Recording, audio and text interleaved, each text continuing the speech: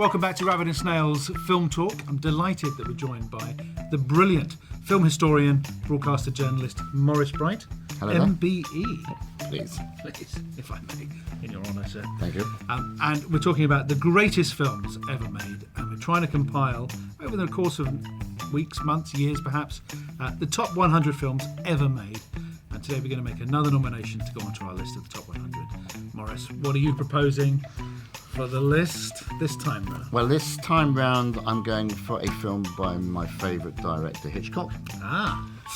Which makes it slightly complicated because it's very difficult for me to say there's one or the other. He did different genres, different times. But I've given it a lot of thought, and I'm coming out with Rear Window. 1954, Grace Kelly and James Stewart. James Stewart, yes. And it wasn't, as I said, it wasn't an easy decision because every time I watch Psycho, I get more and more into it. North by Northwest, an astonishingly good film. Even a later film like Frenzy, where he was going a little bit off the boil but came over to England for his last film in Britain, is a great tale to tell and is very typically Hitchcock.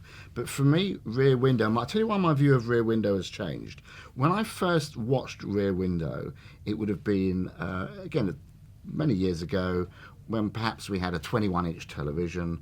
There was no widescreen in those days. There was no HD in those days. And so you'd see a film trimmed. Yeah. And when James Stewart is looking out the window, you'd see that there were windows opposite. And you kind of got everything you've got. The claustrophobia of the photographer who's used to travelling around the world but is stuck because he's got a broken leg. It's a very hot summer, his air conditioning's on the blink, so all he can do is look outside at his neighbours while his girlfriend, his lady love, Grace Kelly, model, is coming in and out to look after him, and it's cleaner too. And you see that, and it's kind of okay, but it feels a little bit stagey, because if you like, you could do that on a stage. And then I got a bigger television, and then HD came in, and then Blu-ray came in.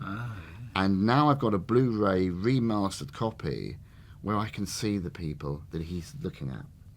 You can see what Hitchcock did. He built the set in such a way that if you were watching it in a cinema, you'd be able to see the different other people that he was looking at, study their characters, get to know about them. And so even though the film is still very claustrophobic, and it needs to be claustrophobic, it's a murder mystery. They think one of the neighbours has committed a murder, and they need to try and work out, A, if they have, and B, what do they do about it? And then C, when the murderer comes for James Stewart, don't want to give it away for those few people that haven't seen it. It's great to be able just to see how all this looks in the way that Hitchcock meant it to look. So that's why I've gone for Rear Window. I'm not a great one for films that are claustrophobic. I like things to be able to go out. I like to be able to almost breathe. But for me, there's something so intrinsically pleasurable about watching the way that this film has been put together. And I've seen pictures now of the set, and they're quite extraordinary.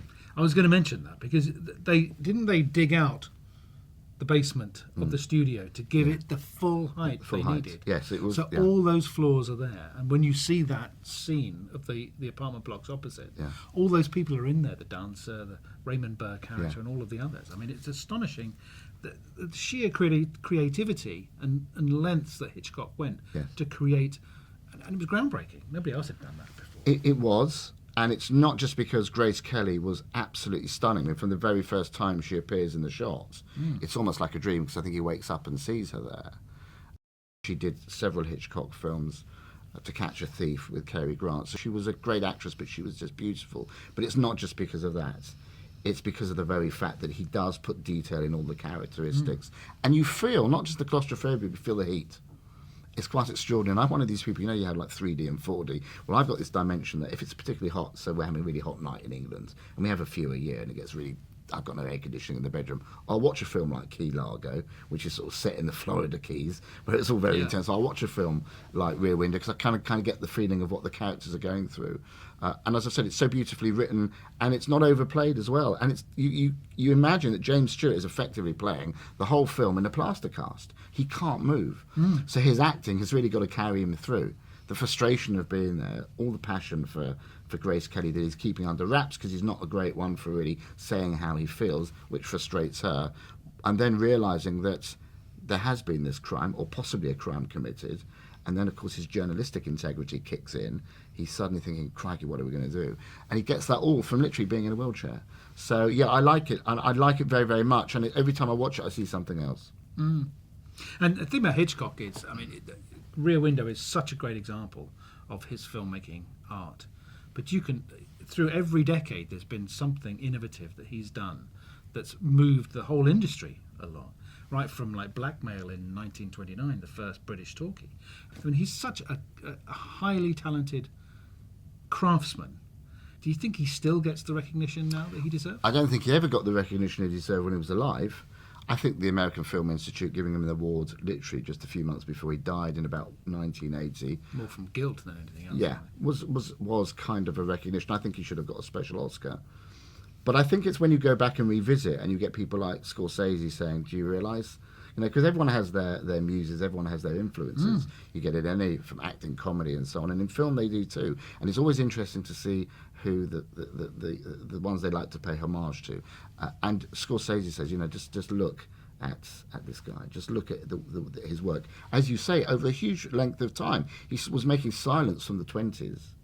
And I think his last film would have been Family Plot in about 1976.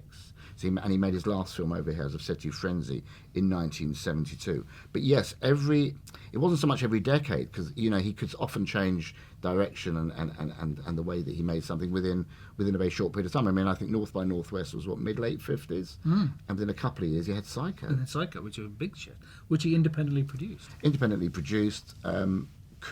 Nowadays that could have been a high-end drama for television. It didn't have to be film, because it didn't have that great feel of being a big sweeping film like he made. But Psycho is up there for me as well, and I think any director that can kill off a heroine in first 40 minutes, in the first half of the film, everyone goes, oh, we thought she was the lead, we thought she was going to be the one all the way through. I think we had it recently on a BBC drama called Bodyguard, where halfway through the series they kill off the main female lead character. You see, wow, wasn't expecting that. Oh, I hadn't seen that. Sorry. Well, you might as well watch the last 3 episodes then. I told you what's happening up to episode 3. But that he was prepared to do that. So, and Psycho was underrated as well, because a lot of people didn't watch it because they heard of what the critics said at the time. But go back and revisit it now. I mean, look at America's made a huge series of Bates Motel, which is very much directly related to it, and it's been a huge hit. But he just had that talent of picking the right actors. Scripts were crisp, and again, difficult subjects often, but with a little twist of black humour. So even in Frenzy, again, as I said, his last British film made in about 1972, I was driving through London the other week. I've got Ron Goodwin, who did a lot of film music, playing in my car, and there's the film theme tune from Frenzy, and anyone who's seen it, that it starts with an overarching shot coming through London. I think it's over Tower Bridge or London Bridge, coming through, you know, London, and you think, oh, it's very patriotic, it's very jingoistic, and I'm humming it along in the car, feeling very jingoistic. Then I remember, of course, the plot for Frenzy is the necktie murderer, that's right. which is, you know, a sexual deviant, and you think, I shouldn't probably be cheering this along. And I remember watching that film at the BFI several years ago with Barry Foster, who was the man committing all the crimes. It's very odd sitting next to the guy that's committing the crimes on the screen. So Hitchcock did have, and that film, dark, very dark, but again with enough humour just to make you not feel uncomfortable. So Hitchcock had that great ability to do so. But I said Rear Window, for me, on revisiting, as I am now at this age revisiting lots of films, just has everything for me, and it's a film that I think that he would have been proud of, and certainly I enjoy watching, and I think if you haven't seen it, do, and if you haven't seen it on either a big screen, try and make sure you get a really good copy of it, and you'll get exactly what Hitchcock was about and thinking about when he was making it. Definitely an entry on our top 100. 10 out of 10? I give it, well, that's a very good question. I'll give it an 8. An 8 out of 10. Wow. It's not a... Okay, interesting.